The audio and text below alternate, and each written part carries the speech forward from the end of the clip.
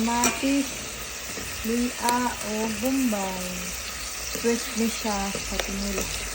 Pataon ng kamatis, then lutangan gamay o tubig. Kan siya black bean.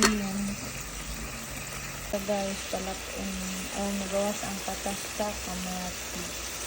Tangan o patis o donut ang isda. Ayun, asinan. Tangan o sabaw. Dira kay siya daghan, igo-igo lang.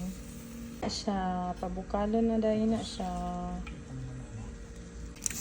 Tangan og sibuyas dahunan. Og siling espada. Add seasoning. Paminta. Bukal na.